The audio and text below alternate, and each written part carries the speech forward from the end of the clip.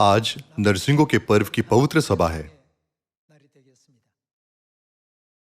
नरसिंगों की ध्वनि के द्वारा मुझे आशा है कि संसार के सभी लोग नरसिंगों के इस अनुग्रहपूर्ण पर्व में पश्चाताप करेंगे और पिता और माता के पास लौटेंगे, जो आत्मा और दुल्हन है। नरसिंगों के पर्व का पता 3500 वर्ष पहले मूसा के समय से लगाया जा सकता है, जब परमेश्वर ने मूसा को 10 आज्ञाओं की दूसरी पत्थर की पट्टियों को प्राप्त करने के लिए सिनै पर्वत पर आने की आज्ञा दी थी। पवित्र कैलेंडर के अनुसार छठे महीने के पहले दिन मूसा दूसरी बार 10 आज्ञाओं को प्राप्त करने के लिए सिनै पर्वत पर गया। उसने 40 दिनों तक उपवास किया और 10 आज्ञाओं की 2 पत्थर की पट्टियों के साथ नीचे आया। वह दिन प्रायश्चित का दिन था। पवित्र कैलेंडर के अनुसार 7वें महीने के 10वें दिन मूसा परमेश्वर के अनुग्रह की आशीष के साथ नीचे आया और इस्राएलियों ने उन सभी पापों की क्षमा प्राप्त की जो उन्होंने अतीत में किए थे। उस दिन को स्मरण रखने के लिए परमेश्वर ने उन्हें पवित्र कैलेंडर के अनुसार 7वें महीने के पहले दिन नरसिंगा फूंकने और प्रायश्चित के दिन की तैयारी करने की आज्ञा दी। वह दिन नरसिंगों का पर्व था। आज पवित्र कैलेंडर के अनुसार 7वें महीने के पहले दिन इस पर्व की पवित्र आराधना पूरी दुनिया में मनाई जा रही है। इस समय मैं एक बार फिर प्रार्थना करता हूं कि इस पर्व के माध्यम से स्वर्गीय पिता और स्वर्गीय माता दुनिया भर के सियोन की सभी संतानों पर पश्चाताप की प्रचुर आशीष और स्वर्ग से पवित्र आत्मा की शक्ति उंडेलेंगे, ताकि हम सामरिया और पृथ्वी की छोर से सभी लोगों की अगुवाई पश्चाताप की ओर कर सके। आज आइए हम लेवी व्यवस्था अध्याय 23 में नरसिंगों के पर्व के बारे में सत्य के वचनों को देखें। आइए हम लेवी व्यवस्था अध्याय 23 आयत 24 पर एक नजर डालें। इस्राएलियों से कहो कि 7वें महीने के पहले दिन को तुम्हारे लिए परम विश्राम हो। उसमें स्मरण दिलाने के लिए नरसिंगे फूके जाएं और एक पवित्र सभा इकट्ठी हो। परमेश्वर ने नरसिंगों के पर्व की स्थापना की ताकि हर साल इजरायली 7वें महीने के 10वें दिन मूसा के दूसरी बार 10 आज्ञाओं के साथ आने के दिन को स्मरण रख सके।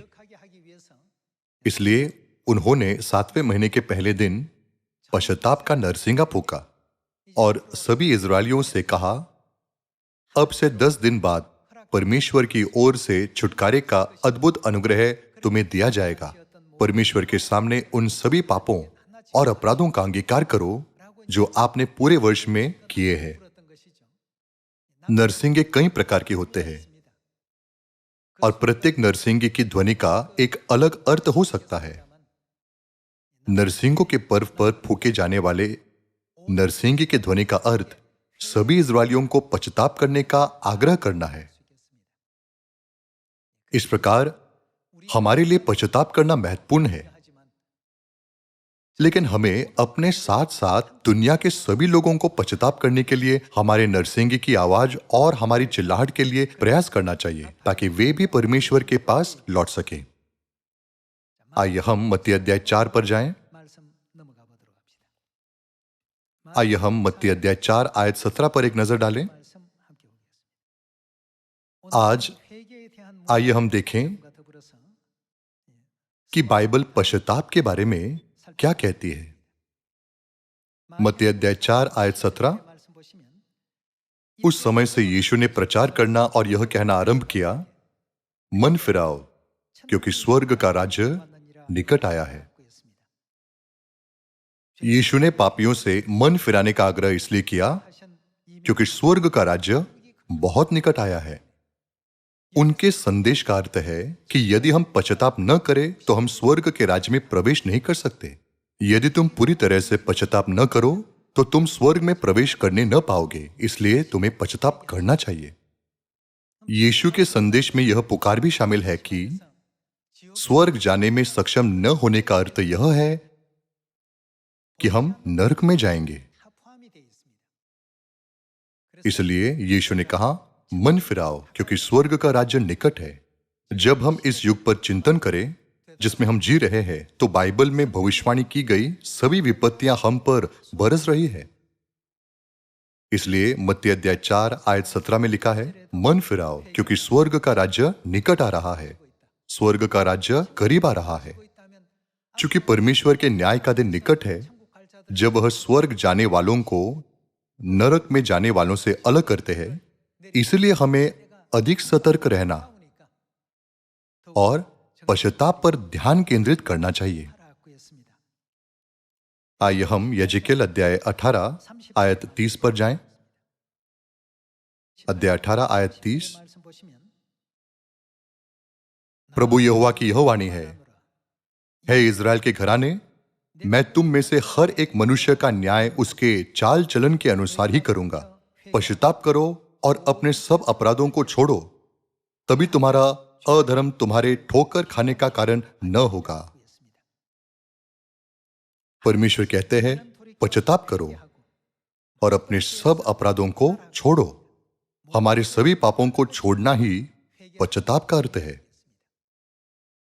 क्या इसका मतलब यह नहीं है कि हम सभी को परमेश्वर की शिक्षाओं का पालन करते हुए और अपने सभी पापों को छोड़ते हुए जो हमने इस संसार में और स्वर्ग में किए थे, परमेश्वर के पास लौटना चाहिए? परमेश्वर कहते हैं, पश्चाताप करो और अपने सब अपराधों को छोड़ो, तभी तुम्हारा अधर्म तुम्हारे ठोकर खाने का कारण न होगा। नहीं तो अपने पापों के कारण तुम आग और गंधक की झील में युगान युग पीड़ा में रहोगे। सभी लोगों, इस समय बाइबल में दर्ज किए गए ये सभी वचन अवास्तविक और समझ से परे लग सकते हैं और आप उन्हें गंभीरता से नहीं ले सकते, लेकिन ये सभी वचन पूरे होंगे और एक ही पल में होंगे। स्वर्ग का राज्य बहुत निकट है। क्या हमें स्वर्ग के राज्य की तैयारी करके और पश्चाताप करके अपने स्वर्गीय पिता के आने की प्रतीक्षा नहीं करनी चाहिए? अब आइए हम यह देखने के लिए भजन संहिता अध्याय 7 पर जाएं कि क्या होता है यदि हम पश्चाताप न करें, जब परमेश्वर कहते हैं पश्चाताप करो और अपने सब अपराधों को छोड़ो। आइए हम भजन संहिता अध्याय 7 आयत 12 पर एक नजर डालें। भजन संहिता अध्याय 7 आयत 12। यदि मनुष्य न फिरे तो वह अपनी तलवार पर सान चढ़ाएगा, वह अपना धनुष चढ़ाकर तीर संधान चुका है, और उस मनुष्य के लिए उसने मृत्यु के हथियार तैयार कर लिए हैं। वह अपने तीरों को अग्निबाण बनाता है। देख, दुष्ट को अनर्थ काम की पीड़ाएं हो रही है, उसको उत्पात का गर्भ है और उसे झूठ का जन्म हुआ। उसने गड्ढा खोदकर उसे गहरा किया और जो खाई उसने बनाई थी उसमें वह आप ही गिरा। उसका उत्पात पलटकर उसी के सिर पर पड़ेगा और उसका उपद्रव उसी के माथे पर पड़ेगा।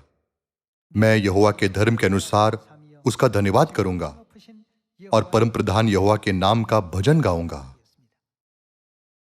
बाइबल कहती है कि यदि मनुष्य न फिरे तो परमेश्वर अपनी तलवार पर सान चढ़ाएंगे। हम पापी हैं जिन्होंने पहले ही स्वर्ग में अक्षम्य पाप किए हैं और पृथ्वी पर गिरा दिए गए हैं। यदि वे जो अक्षम्य पाप करने के बाद इस पृथ्वी पर निकाले गए थे, पाप करना जारी रखते हैं और इस पृथ्वी पर विद्रोह का पापमय जीवन जीते हैं, तो उनके लिए छुटकारा पाने का कोई दूसरा तरीका नहीं है। आत्मिक शरण नगर पृथ्वी वह अंतिम स्थान है जहां हम पश्चाताप कर सकते हैं। चूंकि परमेश्वर ने हमें यहां इस पृथ्वी पर रखा है ताकि हम पश्चाताप का जीवन जी सके, लेकिन यदि हम पश्चाताप न करें तो परमेश्वर अपनी तलवार पर सान चढ़ाएंगे। उसके बाद कोई दूसरा मौका नहीं होगा। जो पश्चाताप नहीं करते, उनके पापों के लिए केवल यह दंड इंतजार करता है, आग की झील में दर्द, निराश, चिल्लाहट और पीड़ा जो हमेशा के लिए जलती रहती है। हमारे पापों को क्षमा करने के लिए परमेश्वर स्वयं इस पृथ्वी पर आए, क्रूस के बलिदान को सहा और लोगों द्वारा उनका उपहास किया गया। उन्होंने क्रूस पर लटकाए जाने के दर्द और भाले से छेदे जाने के दर्द को सहन किया। उन्होंने हम अपने संतानों को एक आखिरी मौका दिया। लेकिन यदि हम परमेश्वर के अनुग्रह से दूर हो जाएं और उन आशीषों को त्याग दें जो हमें दी गई है, तो क्या हमारा जीवन सुखी होगा? क्या वास्तव में ऐसा जीवन सुखी हो सकता है? धीरज के साथ क्षणिक पीड़ा को सहन न करने के कारण हमें ऐसे मूर्खतापूर्ण कार्य नहीं करने चाहिए, जिसके परिणाम स्वरूप हम महिमा के बोझ में, अनंत शांति के बोझ में भाग नहीं ले सकते, जो परमेश्वर ने हमारे लिए तैयार किया है। आज नरसिंगे का अर्थ पश्चाताप है। आज नरसिंगों का पर्व है, जब हम मन फिराव कहने के लिए नरसिंगा फूंकते हैं। नरसिंगों के इस पर्व के द्वारा परमेश्वर ने इस पृथ्वी पर पश्चाताप के सत्य की घोषणा की है, ताकि पूरी दुनिया में सभी लोग हमारे साथ मिलकर पश्चाताप कर सकें। आइए हम लूका अध्याय 5 में लिखे गए वचनों के साथ जारी रखें। आइए हम लूका अध्याय 5 आयत 32 पर जाएं। मैं धर्मियों को नहीं, परंतु पापियों को मन फिराने के लिए बुलाने आया हूं। पृथ्वी पर रहने वाले सभी लोग पापी हैं। देहधारी परमेश्वर को छोड़कर हम सभी पापी हैं। इसलिए परमेश्वर पापियों को बुलाने और पश्चाताप में उनकी अगुवाई करने के लिए आए हैं। लेकिन यदि हम परमेश्वर के अंतिम अनुग्रह को अस्वीकार करें या परमेश्वर के अंतिम अनुग्रह को त्याग दें, तो उद्धार पाने का कोई अन्य तरीका नहीं है। यह ध्यान में रखते हुए कि यह आपके और मेरे लिए परमेश्वर का अंतिम अनुग्रह है, आइए हम परमेश्वर की पवित्र इच्छा के अनुसार इस पृथ्वी पर एक साथ पश्चाताप का जीवन जिएं। आइए हम स्वयं पर चिंतन करें और अपनी मानसिकता, स्वर्ग की आशा और परमेश्वर पर अपने गहरे विश्वास को तरोताजा करें। ऐसा करने के द्वारा मैं आपसे अनंत स्वर्ग के राज्य की ओर अपने पूरे मन से अधिक प्रयास करने के लिए कहता हूं। तब आइए हम मरकुस अध्याय 1 के द्वारा देखें कि वह सत्य जिसे परमेश्वर पृथ्वी पर हमारी अगुवाई पश्चाताप में करने के लिए लाए थे, वह नई वाचा का सत्य था। आइए हम मरकुस अध्याय 1 आयत 15 पर जाएं। मरकुस अध्याय 1 आयत 15। और कहा, समय पूरा हुआ है और परमेश्वर का राज्य निकट आ गया है। मन फिराओ और क्या करो? सुसमाचार पर विश्वास करो। पश्चाताप करने वालों को किस तरह का कार्य करना चाहिए? उन्हें सुसमाचार पर विश्वास करना और उसका पालन करना चाहिए। कुलुसियों अध्याय 1 और दूसरा कुरिन्थियों अध्याय 3 के अनुसार सुसमाचार क्या है? वह नई वाचा है। उन सभी को जिन्होंने पश्चाताप किया है, नई वाचा को स्वीकार करना चाहिए। हमारे पापों को इसलिए क्षमा नहीं किया जाता क्योंकि हम कुछ धर्मी कार्य करते हैं। पापों की क्षमा नई वाचा में निहित परमेश्वर की प्रतिज्ञा है। परमेश्वर कहते हैं, मैं तुम्हारे सभी पापों को दूर करूंगा, मैं तुम्हारे सारे पापों को क्षमा करूंगा। हम इसलिए पाप रहित नहीं हैं क्योंकि हम निर्दोष हैं, बल्कि इसलिए कि हमें वह प्रतिज्ञा मिली है जो परमेश्वर ने हमें दी है। इसलिए हमें क्या करना चाहिए? मन फिराओ और सुसमाचार पर विश्वास करो। जीवित प्रमाण क्या है कि हमने पश्चाताप किया है? यह सुसमाचार पर विश्वास करना और सुसमाचार के मार्ग पर चलना है, अर्थात नई वाचा पर विश्वास करना और नई वाचा के मार्गों पर चलना है। स्वर्गीय पिता और स्वर्गीय माता हमें इसलिए अनंत स्वर्ग के राज्य में नहीं ले जा रहे क्योंकि हम में पाप नहीं है। भले ही हम पापी हैं, लेकिन परमेश्वर अपनी प्रतिज्ञा यानी पापों की क्षमा के अनुसार उन लोगों के लिए सब कुछ पूरा करते हैं जो परमेश्वर की वाचा पर विश्वास करते हैं जैसे वह है, और उसका पालन करते हैं जैसे वह है, और सांसारिक जीवन नहीं परंतु नई वाचा में एक अनुग्रहपूर्ण जीवन जीते हैं। परमेश्वर हमें भी पश्चाताप का जीवन जीने की अनुमति देते हैं। आइए हम इब्रानियों अध्याय 8 पर जाएं। आइए हम इब्रानियों अध्याय 8 के द्वारा पुष्टि करें कि अतीत में किए गए हमारे सभी पापों को क्षमा करने की परमेश्वर की प्रतिज्ञा नई वाचा में निहित है। आइए हम इब्रानियों अध्याय 8 आयत 7 पर एक नजर डालें। क्योंकि यदि वह पहली वाचा निर्दोष होती, पहली वाचा पुरानी वाचा है, यानी मूसा की व्यवस्था है। क्योंकि यदि वह पहली वाचा निर्दोष होती तो दूसरे के लिए अवसर न ढूंढा जाता। दूसरी वाचा नई वाचा है, तो दूसरे के लिए अवसर न ढूंढा जाता, पर वह उन पर दोष लगाकर कहता है, प्रभु कहता है, देखो वे दिन आते हैं कि मैं इज़राइल के घराने के साथ और यहूदा के घराने के साथ नई वाचा बांधूंगा। मरकुस अध्याय 1 में परमेश्वर कहते हैं, मन फिराओ और सुसमाचार पर विश्वास करो।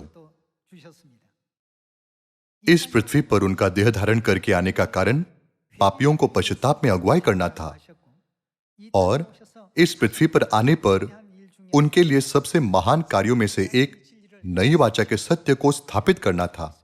इसलिए वह आयत 8 में कहते हैं, मैं इज़राइल के घराने के साथ और यहूदा के घराने के साथ नई वाचा बांधूंगा। आयत 9, यह उस वाचा के समान न होगी जो मैंने उनके बाप दादों के साथ उस समय बांधी थी, जब मैं उनका हाथ पकड़कर उन्हें मिस्र देश से निकाल लाया, क्योंकि वे मेरी वाचा पर स्थिर न रहे, इसलिए मैंने उनकी सुधि न ली। प्रभु यही कहता है। फिर प्रभु कहता है कि जो वाचा मैं उन दिनों के बाद इज़राइल के घराने के साथ बांधूंगा वह यह है कि मैं अपनी व्यवस्था को उनके मनों में डालूंगा और उसे उनके हृदयों पर लिखूंगा, और मैं उनका परमेश्वर ठहरूंगा और वे मेरे लोग ठहरेंगे। और हर एक अपने देश वाले को और अपने भाई को यह शिक्षा न देगा कि तू प्रभु को पहचान, क्योंकि छोटे से बड़े तक सब मुझे जान लेंगे, क्योंकि मैं उनके अधर्म के विषय में दयावंत होऊंगा और उनके पापों को क्या करूंगा, फिर स्मरण न करूंगा। उन्होंने यह प्रतिज्ञा कैसे बांधी? उन्होंने नई वाचा के द्वारा यह प्रतिज्ञा बांधी। परमेश्वर उन्हें पश्चाताप करने वाले लोगों के रूप में पहचानते हैं, जो नई वाचा के सत्य में बने रहते हैं और हमेशा नई वाचा के सत्य का पालन करते हैं। इसलिए जब हम नई वाचा का पालन करते हैं तो हमें उन लोगों के रूप में स्वीकार किया जाता है जिन्होंने वास्तव में पश्चाताप किया है। हमें यह नहीं सोचना चाहिए, भले ही हमने 1 साल, 2 साल या 3 साल तक नई वाचा का पालन किया हो, लेकिन इसमें कुछ खास बात नहीं थी। आप सभी को परमेश्वर के आने के दिन तक इस नई वाचा में बने रहना चाहिए। अब हम परमेश्वर द्वारा बनाई गई वाचा में अर्थात नई वाचा में बने हुए हैं। उन लोगों के पापों के बारे में जो नई वाचा में है, परमेश्वर कहते हैं, मैं तुम्हारे पापों को फिर स्मरण न करूंगा, मैं उन्हें तुम्हारे विरुद्ध नहीं रखूंगा। इस तरह परमेश्वर अनंत स्वर्ग के राज्य में हमारी अगुवाई कर रहे हैं। इसलिए प्रेरित पौलुस ने कहा, ये लोग सचमुच धन्य हैं। ये वे लोग हैं जिन्होंने वास्तव में पश्चाताप किया है। उसने रोमियो अध्याय 4 में लिखा, ये लोग वे हैं जो वास्तव में परमेश्वर द्वारा महिमा पाने के पद में है। आइए हम रोमियो अध्याय 4 आयत 7 पर एक नजर डालें। अध्याय 4 आयत 7 में, धन्य वे हैं जिनके अधर्म क्षमा हुए और जिनके पाप ढांपे गए। परमेश्वर ने किसके द्वारा वादा किया कि हमारे पास अब पाप नहीं है? नई वाचा के द्वारा। इसलिए उन्होंने कहा, मन फिराओ और सुसमाचार पर विश्वास करो। जिन्होंने पश्चाताप किया वे सुसमाचार पर विश्वास करते हैं और सुसमाचार में बने रहते हैं। धन्य वे हैं जिनके अधर्म क्षमा हुए और जिनके पाप ढांपे गए। आयत 8, धन्य है वह मनुष्य जिसे परमेश्वर पापी न ठहराए। मान लीजिए कि 2 लोग ने एक ही पाप किया। एक व्यक्ति पश्चाताप करता है, लेकिन दूसरा व्यक्ति पश्चाताप नहीं करता, बल्कि अपने पापी स्वभाव में और भी अधिक लिप्त होता है। जब न्यायी इन 2 लोगों के मामले को देखें तो वह उस व्यक्ति के लिए उद्धार का मार्ग खोलेगा जिसने वास्तव में पश्चाताप किया है, लेकिन वह दूसरे व्यक्ति पर पापों के अधिक आरोप लगा सकता है, जो न्यायालय में भी ठीक रहता है। यहां लिखा है, धन्य है वे जिनके अधर्म क्षमा हुए और जिनके पाप ढांपे गए। धन्य है वह मनुष्य जिसे परमेश्वर पापी न ठहराए। यह प्रतिज्ञा कि वह हमें पापी नहीं ठहराएंगे नई वाचा में निहित है। स्मरण रखें कि यह प्रतिज्ञा नई वाचा नामक वाचा में निहित है। आज नई वाचा का नरसिंगों का पर्व है।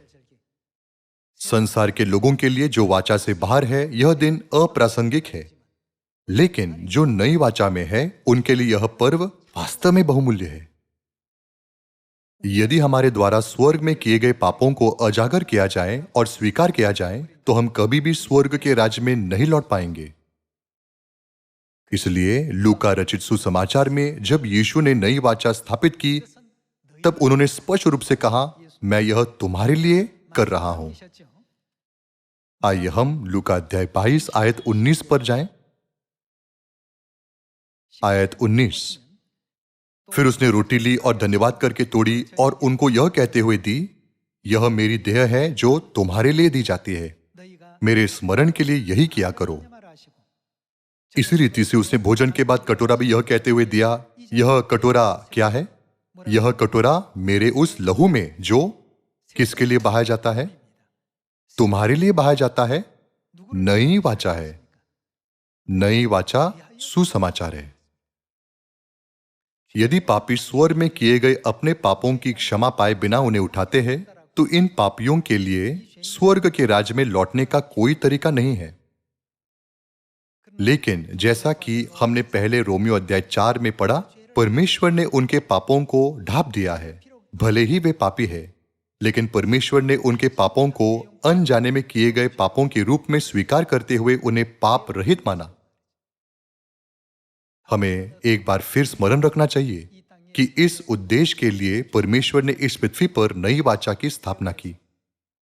नई वाचा के पर्व इस प्रकार है: सबत का दिन फसह है, अख़मीरी रोटी का पर्व पुनरुत्थान का दिन, स्वर्गरोहण का दिन पिंतिकुस का दिन, नरसिंगों का पर्व प्रायश्चित का दिन और झोपड़ियों का पर्व।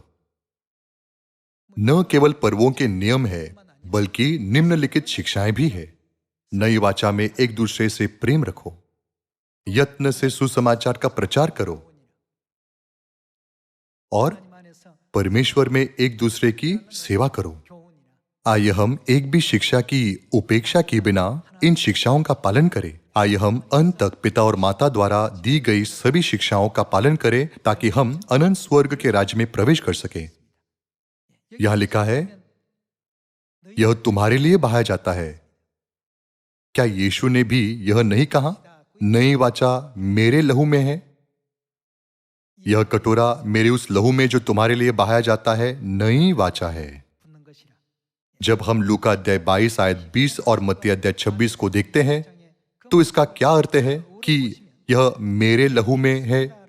इसका अर्थ है, मैंने अपने बलिदान के द्वारा नई वाचा स्थापित की। परमेश्वर क्रूस पर मरे और हमारे लिए बलिदान किया। वह दैनिक होम बलि के लिए और पुराने नियम में पाप बलि के लिए भी बलिदान बन गए। वह पर्वों और सबत के दिन का बलिदान बन गए। अनगिनत बलिदानों के द्वारा नई वाचा स्थापित की गई थी।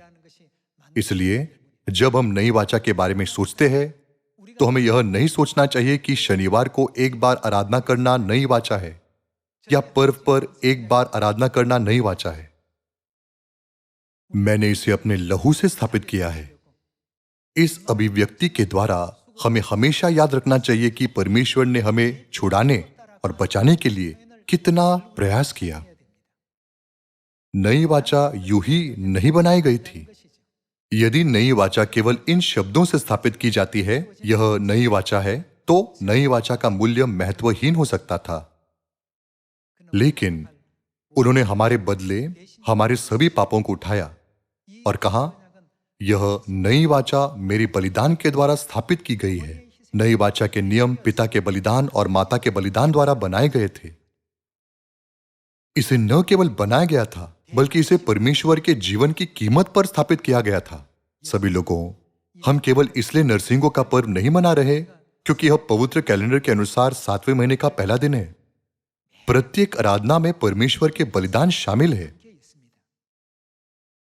चूंकि हमने परमेश्वर के महान बलिदान के द्वारा परमेश्वर का प्रेम प्राप्त किया है, इसलिए हम अपने पापों से मुक्त हो गए हैं और अब हम अपने अनंत घर स्वर्ग के राज्य में लौटने में सक्षम हैं। स्वर्गीय पिता और स्वर्गीय माता को स्मरण करते हुए, जिन्होंने हमें इस तरह का अनुग्रह प्रदान किया है, मैं आपसे अंत तक उन्हें धन्यवाद और महिमा देते हुए प्रतिदिन पश्चाताप का अनुग्रहपूर्ण जीवन जीने के लिए कहता हूं। बेशक इस दुनिया में कई तरह के क्लेश, कष्ट और पाप से भरे भ्रम है। इस दुनिया को सहना और अंत तक नई वाचा में इस मार्ग पर चलना आसान नहीं है। यह एक आसान कार्य नहीं है, लेकिन यही वह मार्ग है जिस पर हमें चलना चाहिए। आप सभी को सियोन की संतान बनने के लिए कहकर, जो अंत तक इस मार्ग पर चलते हुए परमेश्वर को महिमा देते हैं, मैं आज के उपदेश को समाप्त करना चाहूंगा। आपका बहुत बहुत धन्यवाद।